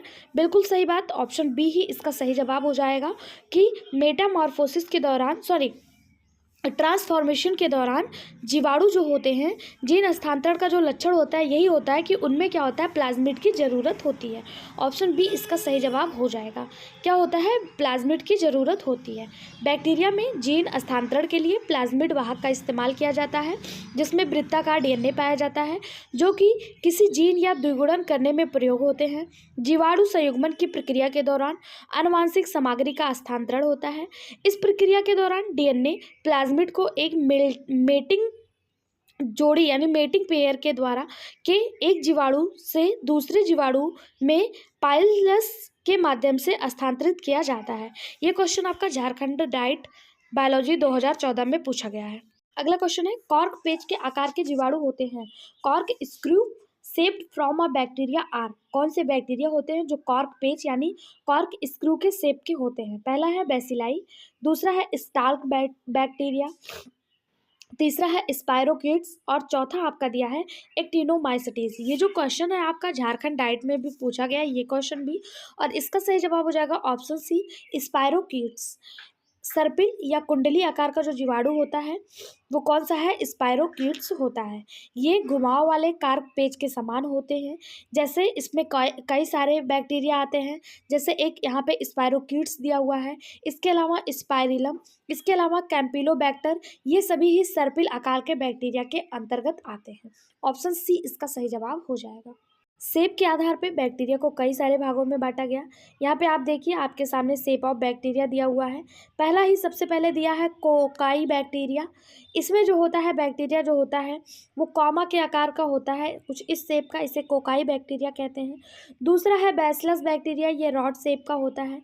तीसरा दिया है आपका सर्पिल बैक्टीरिया, ये कुछ सर्पिल आकार का होता है। चौथा आपका विब्रियो बैक्टीरिया। पांचवा आपका स्पाइरोकीट्स, ये देखिए आपका सर्पिल आकार का स्पाइरोकीट्स, ये स्पाइरिला है, ठीक है। ये शेप्स ऑफ बैक्टीरिया है। ओके, अगला question, which one is known as filamentous bacteria. तंतुमय जीवाणु किसे कहा जाता है? माइकोप्लाज्मा, स्पाइरोकीट्स, एक्टिनोमाइसिटीज या फिर विब्रियो। इसका सही जवाब हो जाएगा ऑप्शन सी एक्टिनोमाइसिटीज। एक्टिनोमाइसिटीज को फिलामेंटस बैक्टीरिया कहा जाता है। ऑप्शन सी इसका सही जवाब हो जाएगा। यह जीवाणु आकारिकी रूप से कॉकों के अनुरूप व माप में जीवाणु कोशिकाओं के समरूप होते हैं। इन्हें जीवाणु और कॉकों के बीच की कड़ी भी कहा जाता है। इंपॉर्टेंट मार्क करिएगा। बैक्टीरिया और फंगी के बीच की कड़ी किसे कहा जाता है? एक्टिनोमाइसीटीज को कहा जाता है। क्यों कहा जाता है? क्योंकि इनमें कुछ लक्षण जीवाणु के और कुछ लक्षण कवक के यानी फंजाई के सो होते हैं, इसलिए इन्हें जीवाणु और कवक के बीच की कड़ी कहा जाता है। आपसे मेरा क्वेश्चन आज के लिए कि लिविंग और नॉन लिविंग के बीच की कड़ी किसे कहा जाता है? अगर आप में से किसी को भी पता है तो कमेंट बॉक्स में उसका जवाब जरूर दें। अगला क्वेश्चन है, लाल समुद्र के लाल रंग के लिए कौन से साइनोबैक्टीरिया के स्पीसीज कारक हैं? Species of cyanobacteria responsible for red colour of red sea is. पहला है कोलोकोकस लिंगियोला, ट्राइकोडेस्मियम, इरिथ्रियम या फिर नॉस्टॉक। लाल समुद्र के लाल कलर के लिए जिम्मेदार बैक्टीरिया है उसे ट्राइकोडेस्मियम इरिथ्रियम कहते हैं। ऑप्शन सी इसका सही जवाब हो जाएगा। DSSB PGT में पूछा गया क्वेश्चन है। यह एक प्रकार का साइनोबैक्टीरिया होता है। ट्राइकोडेस्मियम इरिथ्रियम क्या है? तो ये एक साइनोबैक्टीरिया है। यह प्रायः सामान्य जल, समुद्री जल, नम चट्टान, मिट्टी आदि स्थानों पर पाया जाता है। इसमें क्लोरोफिल भरा होता है और यही जो होता है लाल सागर के लाल होने का कारण होता है। ऑप्शन सी इसका सही जवाब हो जाएगा। अगला, कौन सा बैक्टीरिया दूसरे बैक्टीरिया पर परजीवी है यानी कि पैरासाइट है? पहला है बेडेल्वो विब्रियो, थियोथ्रिक्स, एसेरिसिया या फिर बैगियाटोवा। ये क्वेश्चन भी DSSB में पूछा गया क्वेश्चन है। इसका सही जवाब हो जाएगा ऑप्शन ए बेडेलो विब्रियो। बेडेलो विब्रियो जो है ये पैरासाइट बैक्टीरिया होता है और ये किसी और पे ना पैरासाइट होके दूसरे ही बैक्टीरिया पर पैरासाइट होता है। बेलेडो विब्रियो बैक्टीरियो वायरस एक शिकारी जीवाणु प्रजाति है जो पर्यावरण और मानव आंत के भीतर पाई जाती है, जो हमला करने में सक्षम होता है। ओके, अगला क्वेश्चन है, आर्कियोबैक्टीरिया में अनुपस्थित होता है। आर्कियोबैक्टीरिया में क्या अनुपस्थित होता है? पॉलीसेक्राइड, पेप्टाइडोग्लाइकेन, लिपिड या प्रोटीन। ये क्वेश्चन भी आपका DSSB में पूछा गया क्वेश्चन है। देखिए, जितने भी बैक्टीरिया होते हैं उनका जो ये ऊपर वाला मेम्ब्रेन होता है, जिसे आउटर मेम्ब्रेन या फिर इसी को प्लाज्मा मेम्ब्रेन के नाम से जानते हैं, ये पेप्टाइडोग्लाइकेन का बना होता है। लेकिन आर्की बैक्टीरिया में पेप्टाइडोग्लाइकेन जो होता है ये अनुपस्थित होता है। ऑप्शन बी इसका सही जवाब हो जाएगा। आर्की बैक्टीरिया में पेप्टाइडोग्लाइकेन क्या होता है? अनुपस्थित होता है। अगला क्वेश्चन, जीवाणु में श्वसन एंजाइम स्थित होते हैं। जितने भी जीवाणु हैं उनमें श्वसन एंजाइम कहाँ स्थित होते हैं? प्लाज्मिड में, एपिसोम में, मेसोसोम में या न्यूक्लियाइड में। सही जवाब हो जाएगा ऑप्शन सी मेसोसोम में। जीवाणु में जो रेस्पिरेटरी एंजाइम होते हैं वो मेसोसोम में प्रेजेंट होते हैं। ऑप्शन सी इसका सही जवाब हो जाएगा। यह लगभग माइटोकॉन्ड्रिया के आकार की संरचना होती है। मेसोसोम की खोज सबसे पहले किसने की थी? मेसोसोम की खोज 1960 ईस्वी में आपके सामने दिया है, फिट्ज जेम्स नामक वैज्ञानिक ने की थी। मेसोसोम में श्वसन क्रिया होती है, परंतु ऑक्सीश्वसन जीवाणुओं के जीवद्रव्य कला में होता है, यानी प्रोटोप्लाज्म में होता है ऑक्सीश्वसन, और अनऑक्सीश्वसन कहाँ होता है? मेसोसोम में होता है। ठीक, ऑप्शन सी इसका सही जवाब। अगला क्वेश्चन जो आपका राजस्थान PCS PGT में पूछा गया क्वेश्चन है, निम्नलिखित जीवों में से असीम केंद्र की कोशिकाओं के उदाहरण कौन से हैं? यानी कि वो कौन सा ऑर्गेनिज्म है जिसमें प्रोकैरियोटिक सेल पाया जाता है? जीवाणु यानी कि बैक्टीरिया और mycoplasma, blue green algae and red algae, mycoplasma and fungi, virus and brown algae. किसमें जो है प्रोकैरियोटिक सेल पाया जाता है? इसका सही जवाब हो जाएगा ऑप्शन ए बैक्टीरिया और माइकोप्लाज्मा। दोनों में प्रिमिटिव टाइप के सेल पाए जाते हैं जिन्हें प्रोकैरियोटिक सेल कहा जाता है। प्रोकैरियोटिक सेल में सेल वॉल पाई जाती है जिससे जो साइटोप्लाज्म सेल पाई जाती है और साइटोप्लाज्म भी पाया जाता है। ठीक, ऑप्शन ए इसका सही जवाब हो जाएगा। अगला क्वेश्चन, मीसोसोम संबंधित है। मीसोसोम किससे संबंधित है? तो अभी हम लोगों ने देखा था मीसोसोम में रेस्पिरेटरी पिगमेंट पाए जाते हैं, लेकिन ये जो संबंधित होता है ये प्रोटीन संश्लेषण से संबंधित होता है। किससे संबंधित होता है? प्रोटीन संश्लेषण से संबंधित होता है। मीसोसोम ये बैक्टीरिया में मेम्ब्रेन के अंदर की तरफ मूली हुई अंगुली के आकार के यानी फिंगर लाइक स्ट्रक्चर होते हैं, जैसे माइटोकॉन्ड्रिया की क्रिस्टी होती है, और इसमें जो है कोशिकीय श्वसन, DNA का रिप्लिकेशन, कोशिका भित्ति का निर्माण, एंजाइम का स्रवण आदि भाग लेते हैं। अच्छा, यहाँ पूछा है कि किससे संबंधित नहीं है, तो ये प्रोटीन संश्लेषण से संबंधित नहीं है, क्योंकि प्रोटीन संश्लेषण का काम जो है आपका राइबोसोम करता है। कौन करता है? राइबोसोम करता है। तो ये प्रोटीन संश्लेषण नहीं करेगा। इसके अलावा cell wall formation, DNA replication और रिस्पायरेशन तीनों ही कार्य को करता है। ऑप्शन डी इसका सही जवाब हो जाएगा। अगला क्वेश्चन, निम्नलिखित में से कौन सा घटक जीवाणु कोशिका में अनुपस्थित है? जीवाणु कोशिका में क्या नहीं पाया जाता है? A defined cell wall, RNA, endoplasmic reticulum या राइबोसोम? तो इसका सही जवाब हो जाएगा option C endoplasmic reticulum, Golgi body, mitochondria. ये सारी चीज़ें जीवाणु कोशिकाओं में नहीं पाई जाती हैं। जीवाणु कोशिका में सेल वाल पाया जाता है, आरएनए पाया जाता है, लेकिन इसमें हिस्टोन प्रोटीन नहीं पाया जाता। राइबोसोम भी पाया जाता है 70 प्रकार का, लेकिन इसमें एंडोप्लाज्मिक रेटिकुलम नहीं पाया जाता। अगला क्वेश्चन, एक कोशिका भित्ति सामग्री जो बैक्टीरिया और साइनोबैक्टीरिया दोनों में उपस्थित है, यानी कि वो कौन सा सेल वाल मटेरियल है जो बैक्टीरिया और साइनोबैक्टीरिया दोनों में प्रेजेंट होता है? सेल्यूलोज, काइटिन, म्यूरेमिक एसिड या फिर पैक्टिक अम्ल? इसका सही जवाब हो जाएगा option C muramic acid. Muramic acid जो है ये बैक्टीरिया और साइनोबैक्टीरिया दोनों में प्रेजेंट होता है। अगला क्वेश्चन, कॉमा के आकार वाले जीवाणुओं को किस में वर्गीकृत किया गया? यानी कि जो कॉमा शेप के जीवाणु होते हैं वो किस में पाए जाते हैं? कोकस, बैसिलस, विब्रियो या फिर स्पाइरलम? कोकस जो होता है ये राउंड शेप होता है, बैसिलस रॉड शेप होता है, स्पाइरलम ये सर्पिल आकार का होता है, और जो विब्रियो होता है वो कॉमा शेप का होता है। तो ऑप्शन सी इसका सही जवाब हो जाएगा। पीजीटी बॉटनी में पूछा गया क्वेश्चन, इसलिए मैं आपसे बार बार कह रही हूँ ये वीडियो आपके हर एग्जाम के लिए हेल्पफुल है जहाँ से बॉटनी के क्वेश्चन आते हैं। ठीक है, अगला question, lag operon in E coli was first discovered by? E coli में लैग ओपेरॉन की अवधारणा सबसे पहले किसने दिया? रॉबर्टसन, वाटसन और क्रिक, जैकब और मोनार्ड, क्रेन और टेलर? सही जवाब हो जाएगा ऑप्शन सी जैकब और मोडान। जैकब और मोनोड ने लैग ओपेरॉन की धारणा जो है वो दिया था, किस में दिया था? ई कोलाई में दिया था। ऑप्शन सी इसका सही जवाब हो जाएगा। अगला क्वेश्चन, एक होस्ट कोशिका में उसकी प्रकृति को बाधित किए बिना वहन किए जाने वाले प्रोफेज क्या कहलाते हैं? लाइसोजेनिक, लाइटिक, मार्जिनल या फिर फेज? पीजीटी बॉटनी में आया हुआ क्वेश्चन है। सही जवाब हो जाएगा ऑप्शन ए लाइसोजेनिक। एक होस्ट कोशिका में उसकी प्रकृति को बाधित किए बिना वहन किए जाने वाले जो प्रोफेज होते हैं वो क्या कहलाते हैं? लाइसोजेनिक कहलाते हैं। ऑप्शन ए इसका सही जवाब हो जाएगा।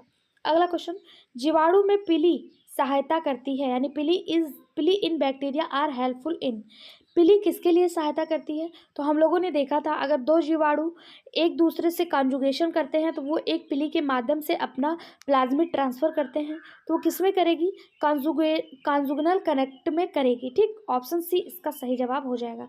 ये क्वेश्चन पीसीएस और पीजीटी दोनों में आया हुआ है। अगला, डिप्लोकोकस निमोनिया पर ग्रिफिथ के परीक्षणों ने दर्शाया। डिप्लोकोकस निमोनिया पर ग्रिफिथ के परीक्षण ने क्या दर्शाया? ट्रांसडक्शन, ट्रांसफॉर्मेशन, रिप्लिकेशन या फिर कॉन्जुगेशन? ग्रिफिथ का जो परीक्षण था उसमें डिप्लोकोकस निमोनिया पर क्या दर्शाया? तो उसने ट्रांसफॉर्मेशन यानी कि रूपांतरण दर्शाया। ऑप्शन बी इसका सही जवाब हो जाएगा।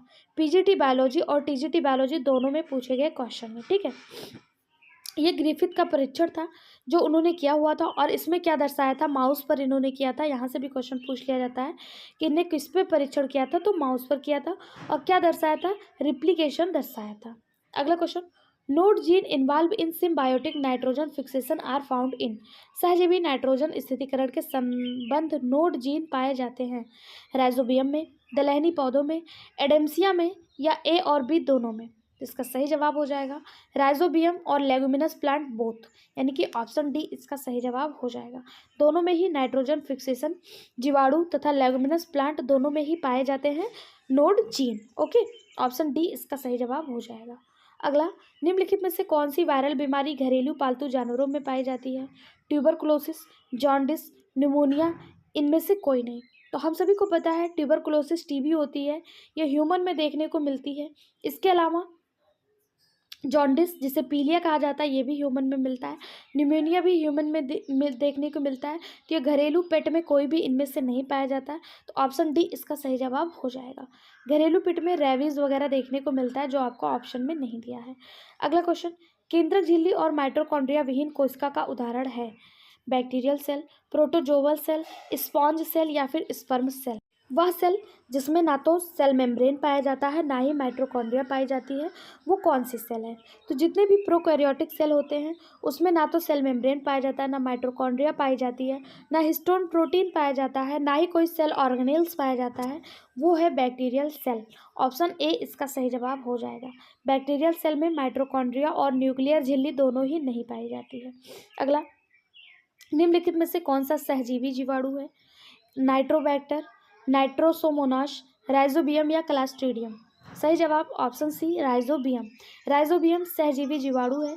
यह लेगुमिनस पौधों की जड़ें यानी जितने भी दलहनी पौधे होते हैं उनकी जड़ों के नोड्यूल्स में पाया जाता है। ठीक, ऑप्शन सी इसका सही जवाब हो जाएगा। ये करता क्या है? तो ये नाइट्रोजन फिक्सेशन में सहायता करता है। अगला, इनमें से कौन सा सूक्ष्मजीव नाइट्रोजन स्थितीकरण में मुख्य भूमिका निभाता है? राइजोबियम, लैक्टोबैसिलस, स्यूडोमोनास या फिर इनमें से कोई नहीं? तो अभी हम लोगों ने देखा था जितने भी राइजोबियम हैं इनके जड़ों में राइजोबियम नाइट्रोजन स्थितीकरण जीवाणु पाए जाते हैं। तो इसका सही जवाब हो जाएगा ऑप्शन ए। यही तो नाइट्रोजन फिक्सेशन करेगा। जितने भी लेगुमिनेसी फैमिली के पौधे होते हैं, जितने भी दलहनी पौधे होते हैं, उनमें राइजोबियम नामक जीवाणु पाए जाते हैं जो इनके जड़ों के नोड्स में पाए जाते हैं और ये नाइट्रोजन फिक्सेशन करने में मदद करते हैं। अगला, स्ट्रेप्टोमाइसिन उत्पन्न होती है। स्ट्रेप्टोमाइसिन कहाँ से उत्पन्न होती है? स्ट्रेप्टोमाइसिन बेंजुएला से, स्ट्रेप्टोमाइसिन ग्रेसिस से, स्ट्रेप्टोमाइसिन स्कोलोशिया या फिर स्ट्रेप्टोमाइसिन फैड्रिया से? सही जवाब हो जाएगा ऑप्शन बी स्ट्रेप्टोमाइसिन ग्रेसियस से। इसका सही जवाब ऑप्शन बी हो जाएगा।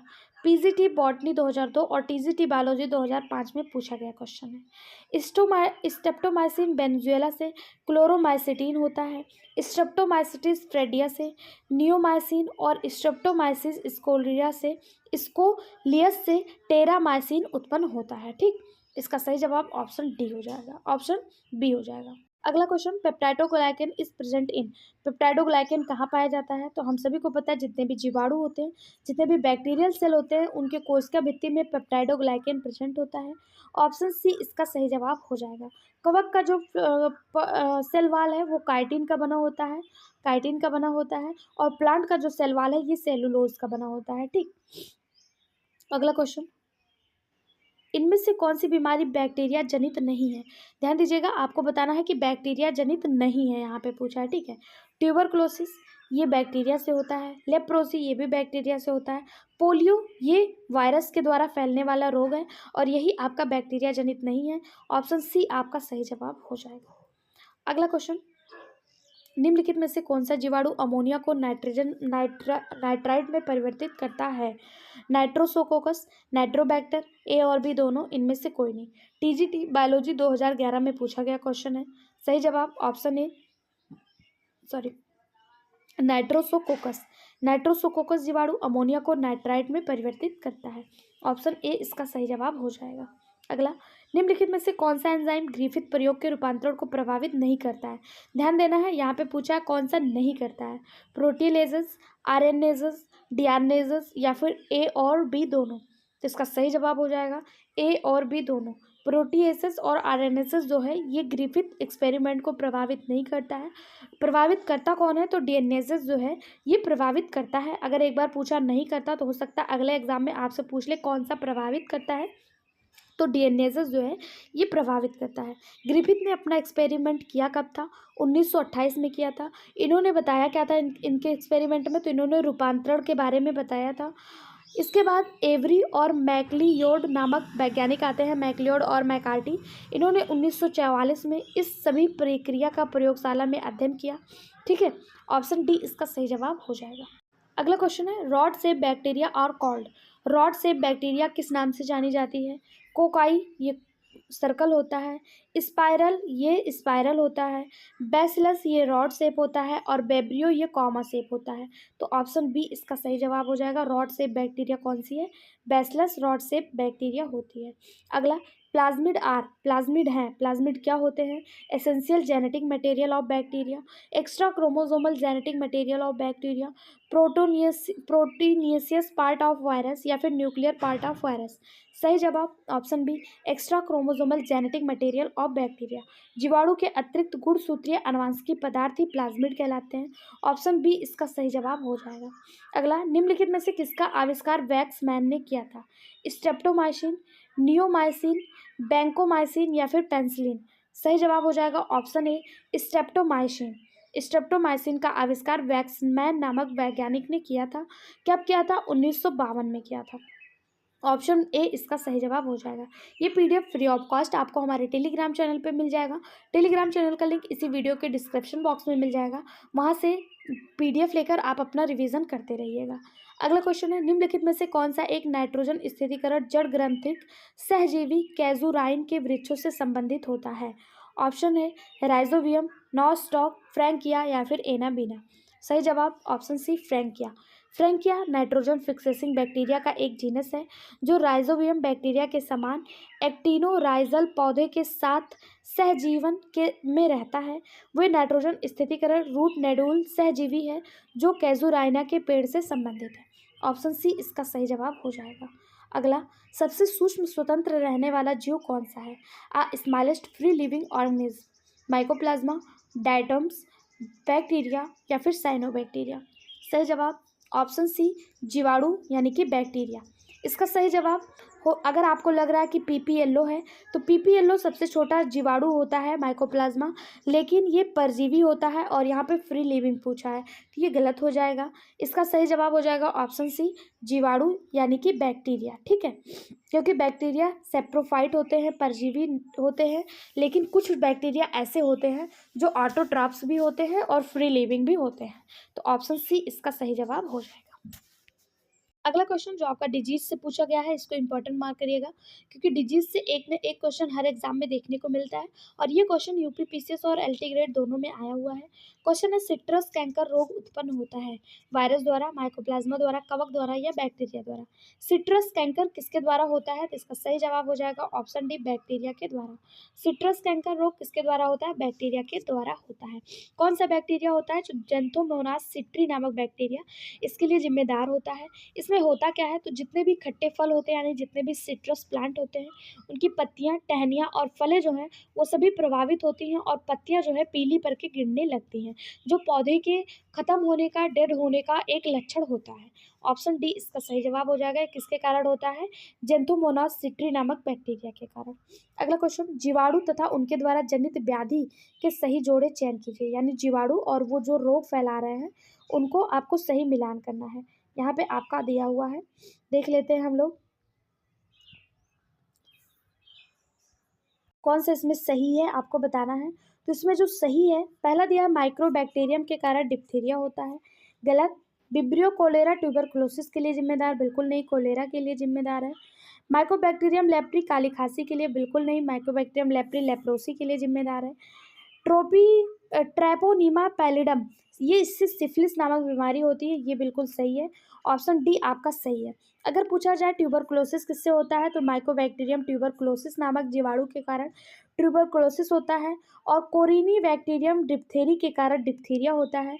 ट्रोपिनीमा पैलिडम के कारण सिफिलिस होता है, जो सही है। और काली खांसी या हुपिंग कफ जो है वो बार्डेटेला पर्ट्यूसिस के कारण होता है। ठीक है, सही जवाब इसका ऑप्शन डी हो जाएगा। अगला क्वेश्चन, फाइटोप्लाज्मा निकटतम संबंधित है एल्गी के, फंगी के, बैक्टीरिया के या वायरस के? सही जवाब हो जाएगा ऑप्शन सी, बैक्टीरिया के। फाइटोप्लाज्मा बैक्टीरिया के निकटतम संबंधित है। ये पादप, फ्लोएम, ऊतक और कीटवाहक के मध्यकारी जीवाणु परजीवी है जो जीवाणुओं में पादप संचरण में शामिल होता है। ऑप्शन सी इसका सही जवाब हो जाएगा। अगला, जीवाणु वर्गीकृत किए गए हैं, यानी कि 5 जगत मतलब 5 किंगडम क्लासिफिकेशन में जीवाणुओं को किसके अंतर्गत रखा गया है? एनिमेलिया, एनिमेलिया में सारे एनिमल्स को रखा गया है। फंगी, इसमें सारे कवक को रखा गया है। मोनेरा या प्रोटिस्टा, तो इसका सही जवाब हो जाएगा जितने भी जीवाणु हैं वो फाइलम मोनेरा के अंतर्गत रखे गए हैं। ऑप्शन सी इसका सही जवाब हो जाएगा। आपके लिए क्वेश्चन ऑफ द डे ये पूछा जा रहा है कि 5 फाइव किंगडम क्लासिफिकेशन देने वाले साइंटिस्ट का क्या नाम है? अगर आप में से किसी को भी उनका नाम पता है तो कमेंट बॉक्स में हमें ज़रूर बताइएगा। सबसे पहले जब पादप जगत और एनिमल जगत को बांटा गया था, दो नाम पद्धत आया था। दो नाम पद्धत किसने दिया था? तो कैरोलस लीनियस के द्वारा दिया गया। फाइव किंगडम क्लासिफिकेशन किसने दिया? तो फाइव किंगडम क्लासिफिकेशन किसने दिया ये आपको कमेंट बॉक्स में बताना है, उनका नाम। हम आपके कमेंट का इंतजार करेंगे। आप लोग कमेंट बॉक्स में कमेंट जरूर किया करिए, उससे आपको भी चीज़ें रिवाइज होंगी और हमें भी थोड़ा सा मोटिवेशन मिलता है। हमें भी लगता है जो लोग हमारे साथ जुड़े हैं वो एक्टिव पार्टिसिपेट कर रहे हैं। ठीक है, अगला क्वेश्चन है, निम्नलिखित में से कौन साइनोबैक्टीरिया एल्नस की जड़ों में पाया जाता है? फ्रैंकिया, ग्लियोट्राइकिया, ओलोसिरा या इनमें से कोई नहीं? तो इसका एल्टी ग्रेड बायोलॉजी में पूछा गया क्वेश्चन है। सही जवाब हो जाएगा ऑप्शन ए फ्रैंकिया। फ्रैंकिया जो है ये साइनोबैक्टीरिया एल्नस की जड़ों में पाया जाता है और किस लिए जिम्मेदार होता है? नाइट्रोजन फिक्सेशन के लिए जिम्मेदार होता है। अगला, माइकोप्लाज्मा कारक जीव है। Mycoplasma is a casual organism of little leaf of brinjal, citrus canker, wilt of cotton या फिर विल्ट ऑफ अरहर, किसके लिए जिम्मेदार है? ये भी आपका एल्टीग्रेड में पूछा गया क्वेश्चन है। तो माइकोप्लाज्मा जो है ये बैगन की छोटी पत्तियों के लिए रिस्पॉन्सिबल होता है। ऑप्शन ए इसका सही जवाब हो जाएगा, लिटिल लीफ ऑफ ब्रिंजल। ठीक है, अगला क्वेश्चन, केंद्रक अनुपस्थित होता है। केंद्रक किसमें अनुपस्थित होता है? एल्गी, फंगी, जीवाणु या फिर लाइकेन? सही जवाब ऑप्शन सी बैक्टीरिया। बैक्टीरिया में केंद्रक अनुपस्थित होता है, एल्टीग्रेड में आया हुआ क्वेश्चन है। अगला क्वेश्चन, जीवाणु में कॉन्जुगेशन की खोज किसने की? जीवाणु जो एक पिली के माध्यम से कॉन्जुगेट करते हैं और अपना प्लाज्मिड एक जगह से दूसरे जीवाणु में ट्रांसफर करते हैं, पूछा जा रहा है इसकी खोज किसने की थी? आपके सामने नाम दिया है चार साइंटिस्ट का, लेडरबर्ग और Tatum, Zinder and Lederberg, Watson और क्रिक, हर्से और चेस। तो इसका सही जवाब हो जाएगा ऑप्शन ए, लेडरबर्ग और टैटम के द्वारा जीवाणु में कॉन्जुगेशन की खोज की गई थी। ऑप्शन ए इसका सही जवाब हो जाएगा। वाटसन और क्रिक ने हम सभी जानते हैं डीएनए का डबल हेलिक्स मॉडल दिया था। इसके अलावा लेडरबर्ग और टैटम ने कब खोजा? तो 1946 में खोजा। कब खोजा? 1946 में खोजा था। ऑप्शन ए इसका सही जवाब हो जाएगा। यहाँ पे देखिए, जीवाणु जो है ये कॉन्जुगेशन की प्रक्रिया के माध्यम से अपना जो है जेनेटिक मटेरियल एक जगह से दूसरे जीवाणु में ट्रांसफ़र कर रहे हैं। इसके बारे में किसने बताया था? लेडरबर्ग और टैटम ने बताया था। अगला क्वेश्चन, यदि एक जीवाणु कोशिका हर मिनट विभाजित होती है और हर घंटे में एक कप को भर देती है तो चौथाई कप भरने में उसे लगने वाला समय क्या है? इंपॉर्टेंट क्वेश्चन है, यहाँ से क्वेश्चन पूछा जाता है। एक जीवाणु कोशिका है और हर मिनट विभाजित हो रही है, एक घंटे में एक कप को भर दे रही है, तो चौथाई कप भरने में उससे लगने वाला समय कितना होगा? इसका सही जवाब हो जाएगा 58 मिनट। कैसे आएगा यहाँ पे आप देख लीजिए, यदि एक जीवाणु कोशिका हर मिनट विभाजित होती है तो एक घंटे में एक कप को भर देगी, उस जीवाणु कोशिका का एक चौथाई कप भरने में 58 मिनट तथा आधा भरने में 59 मिनट लगेगा। ठीक है, इसका सही जवाब ऑप्शन सी हो जाएगा। ये आज का लास्ट क्वेश्चन था। इसी तरह के अगला जो हमारा टॉपिक होगा, आज हमने बैक्टीरिया ख़त्म किया, इसके बाद हमारा अगला टॉपिक होगा, शायद अगला टॉपिक हमारा फंगी है।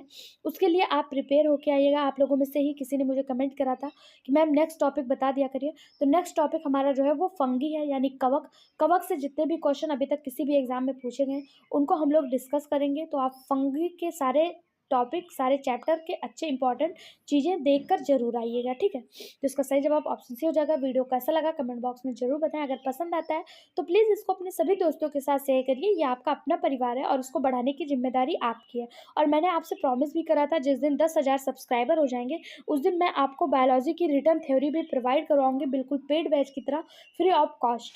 ठीक है, तो प्लीज़ आप लोग थोड़ा सा सपोर्ट करिए और चैनल को ज़्यादा से ज़्यादा शेयर करिए। Thank you so much.